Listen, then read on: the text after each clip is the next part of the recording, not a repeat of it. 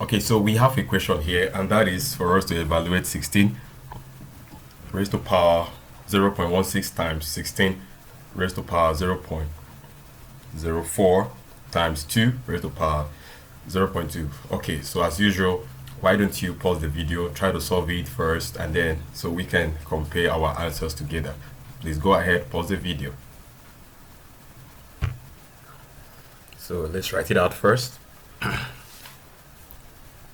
Next thing we're going to do will be for us to have everything in the same base, and the easiest base that we can have all of them in will be the least base, that is base 2. And let's start with this 16. For us to have 16 in base 2, we're going to for us to have 16 and then change it to 2 and then have a power. That will be, we have it 2 times, let's have that power 4 here, that power 4. And let's not ignore the current power that we were given. So we put that other one in the bracket, that 0.16. We don't need to ignore it, we need to acknowledge it. All right, so let's close that bracket.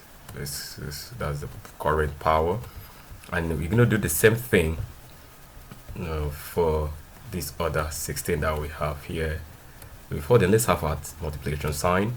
And okay, so it's still going to be 2. It's still going to be 2 and raised to power 4. Raised to power 4 to have the 16 first.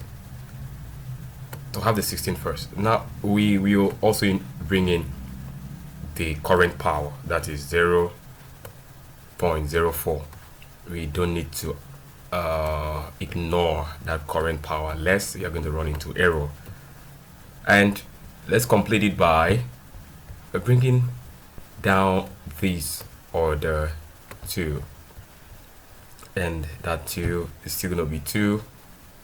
Okay, it's going to be 2 and then raised to power of 0.2. Going to be raised to power 0.2. Okay, that's the first step. We've succeeded in having everything in the same base. And the law of indices says when things are in the same base like this and it's multiplication, we are going to add up the power. But before we go ahead to add up the power, we still need to expand something. Let's have their single unit powers now, because 4 times 0.16, let's multiply it out. Multiplying that out, we're going to have it as 0.64. So we have here 0.64, and then we're going to do the same thing to the next one that we have. But before then, let's have our multiplication sign. Let's still arrange our work neatly so we can really, for clarity, it helps us for clarity and for easy understanding.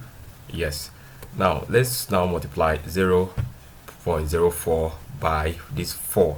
If you multiply that, it's going to give us 0.16. It's going to give us 0.16. So we're good with that one. As usual, let's have this other multiplication down. Okay, this one here was not really distinct enough. No, I don't like that. Let's try to make it distinct enough. I think that's better.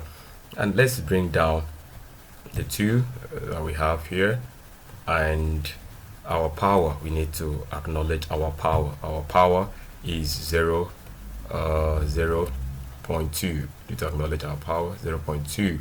Okay, having done with that, we now need to invoke the law of indices that says when numbers are in the same base like this, we need to add the powers. We need to add the power. This is 0.64, this is 0.16, and this is 0.24. Adding this up, we are going to have the new power as 1. The new power will be 1, and if the new power is 1, now our answer will be equal to 2 raised to power 1.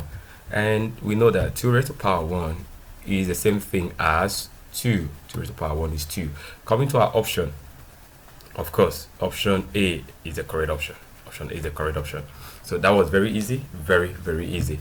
So what we just did there was for us to change everything to the same base, and the base 2, all of it should be in base 2, and the power, so 16, having it in base 2, so 16 will be 2 raised to power 4, and then that 4 multiplied the previous power. Same thing here, this 4 multiplied the previous power. Multiplying it out, we had this one to be 0.64 and this one to be 0.16. Of course 0.12 remain. We added up all the powers because the law of indices says when they're in the same base like this, we add up the powers. Adding up everything here will give us 1, and 2 raised to the power 1 is 2. So that was it. All right, so I'll see you in the next class. Bye for now. Catch ya.